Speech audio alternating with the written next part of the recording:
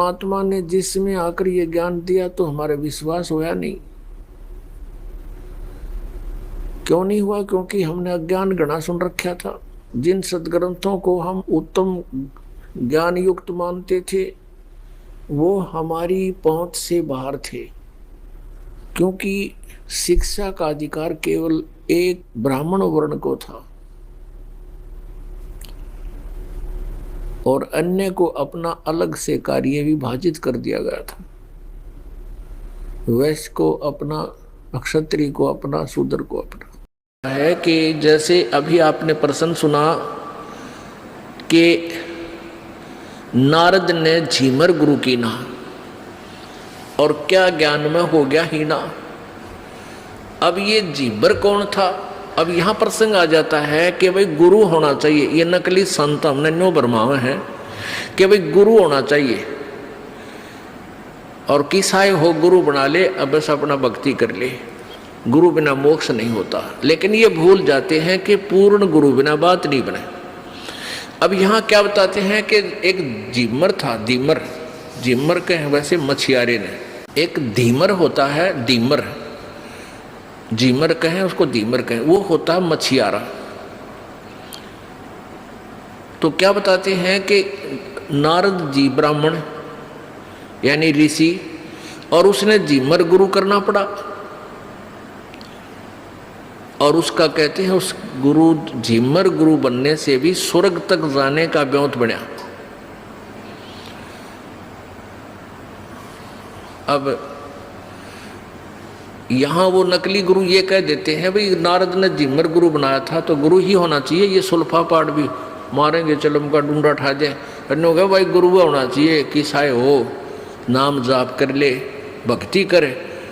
नारद ने झीमर गुरु कराया था, पार हो गया, टट्टू पार हो गया, झीमर नहीं था वो, और पहले तो पार की तो हो गया। फिर भी जो लाभ हुआ वो झीमर कौन था, ये कंसेप्ट यहाँ क्लियर होना चाहिए। ये पुण्यात्मा जो होती है ना, पिछले जन्मों के बहुत पुण्यकर्मी प्राणी होते हैं, उनको काल इसी कसूती जगह फिट करेगा कि उस इसी जगह फंसा देगा कि उसने निकालो कौन निकाल लगा के कि अब ये झीमर कौन था, ये पिछले जन्म जन्मांतर की एक पुण्यात्मा थी और इसका ऐसा जन्म कर दिया, संस्कार बना दिए कि वो उन मछियारा का घर जन्म हो गया उसका। और इस टाइप के जो व्यक्ति होते हैं ना, ये बेसब्रे होया करें, अणथक होते हैं। अब वो इतना कसूता मछियारा था कि उसने आसपास की तालाबों की मछली निकाल के जाल डाला गए और सारी खाली या बेच दी, जैसे करता था। जिस राज्य में वो मछियारा रहता था, यानी वो झीमर रहता था, कालू नाम था उसका, उसके दूसरे पड़ोसी राज्य में एक राजा बहुत धार्मिक था। उसने आदेश दे दिया था कि कोई जीव हिंसा नहीं करेगा, ना तालाबों से कोई मछली पकड़ेगा, ना कोई शिकार करेगा मेरे जंगल में। उसने देखा एक दिन के सीमा के साथ वाला जो देश है उसमें एक बहुत बड़ा तालाब है और उसमें नरी मछली बहुत जबरदस्त पड़ी है। वो देखा दिन में, तो शाम न वो बखते पहुंच गया, रात ने सुबह बखत उठ कर सोचा बखत से निकाल लाऊंगा, कोई नहीं पाएगा। थोड़े थोड़े सर्दियों के दिन थे। उसने पहला एक जाल डाला और मछली बाहर डाली, सर्दी सी लगी, आग बाल ली, आग बाल के सेक लिया, अपने हाथ पैर सेके, फिर दोबारा ट्राई करने लग गया, इतने दिन लेकर हो गया। इतने में क्या हुआ कि उसी नगरी का राजा, उस देश का राजा अपने दूसरे शहर में जा रहा था। सुबह सुबह हाथी पर बैठा आवा था, आगे सैनिक, पीछे सैनिक, अंगरक्षक साथ थे। अब चोर की तो नजर नो भी रहना कि कोई देख ना ले, उसने देखा को तुरे की वो आगे भाई। अब एकदम काफिला ऐसे मोड़ खा गया, नू आ रहा था रास्ते से, जंगल होते बन होते थे, एकदम नो टर्न किया, सारा ही 100-200 फुट की दूरी पर उसने देखा ये तो आगे भाई। अब उनको तो ध्यान नहीं था, उसका ध्यान गया कि मर गया आज तक तू, यो राजा आ गया, ये तो फांसी दे है, जो कोई फांसी की सजा देता है जो जीव हिंसा करता पकड़ ले। अब उसने सोचा अब क्या करूँ, वो मछली तो सारी धका दी जल में डाल दी, और वो जो उसने आग बना के सेका था वो धुआं सा बन गया, लकड़ी जला रखी थी, उड़े बैठ गया आंख मीच के। एक लंगोट तन पे था, दाढ़ी मूछ बड़ी हुई थी, महात्मा के सा रूप पहले ही था उसका, क्यों पहले इसे का दाढ़ी बाढ़ सब का बड्डे रहा करते। और एक लंगोट तन पे था, तो उसने सोचा और कोई तरीका नहीं, तू साधु रूप बना ले।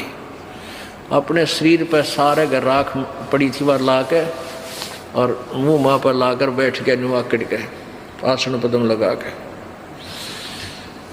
अब महात्मा ने उस राजा बड़ा धार्मिक था, उसने सोचा अरे देखो महात्मा बैठा भाई, रोको एक बार, जब कति सामने आ लिया ना वो रुकवा लिया, रो माड़ी आँख खोल देख ले, जालिया काड़े है। वो जब सामने वो रोक लिए, राजा नीचे उतरन लग गया, वो ला के पैड़ी सी हाथी पे सीढ़ी ला के, वो जान गया काज मर गया तू भाई। अब वो डरते ने भगवान याद करया, अब भगवान याद किया कि डरते घी बंदगी रो समाधि लागी, ये पिछले पर संस्कार होते हैं। वो तो बस सुकड़ गया भीतर ने, वह सुरती ऊपर न चढ़ गई।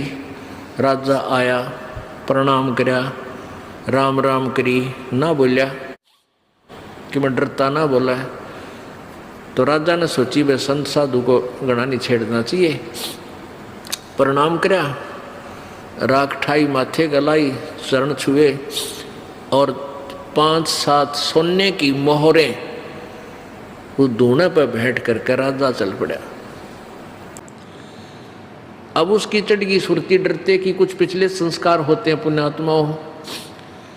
अब उसकी पत्नी ने सोचा, जिमर की ने, कि आज वो न्यू क्या था, मैं दूसरे राजा के तालाब से मछली पकड़ के ले आऊँगा, और वो तो वहाँ कहते हैं वो निषेध है मछली पकड़ना, कहीं तेरा पति पकड़ ना लिया हो।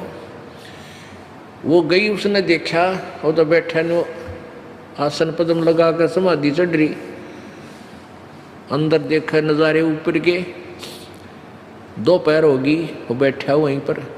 उसकी पत्नी ने जाकर उसके पाछे तुम्हारा ऐसे दोनों हाथों का 2 हथड़े, और ने बोली तू आड़े बैठा रहेगा, बालक तन्ना खावेंगे। बन गया कि बाबा जी।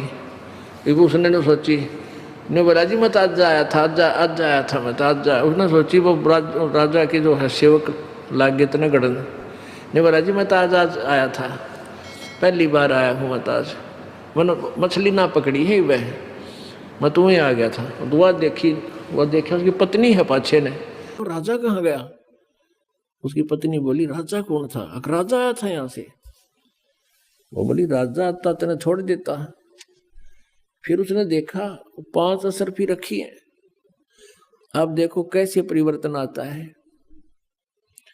अब उसने नो सोच ली कि हे भगवान, हे परमात्मा, तेरे नाम पर मैंने तो नाटक सा कराया था, एक नकली स्वांग भरा था आपकी शरण का, और इतना ही मैं अपनी इतनी हमें सुरक्षा भी दे दी, मेरी जान भी बख्श दी, ये 5 असरफी दे दी, मैं 10 साल भी इतनी कमाई नहीं कर सकता जो आपने मेरे पास रखवा दी। उसी दिन से बैराग हो गया कि परमात्मा तेरे नाम में, तेरी शरण में इतनी शक्ति, इतना सुख। अपनी पत्नी से कह दिया कि ले ये तेरी 10 साल की 20 साल की कमाई है यार, ले जा तू, और मैं आज के बाद मछली पकड़ू को नहीं।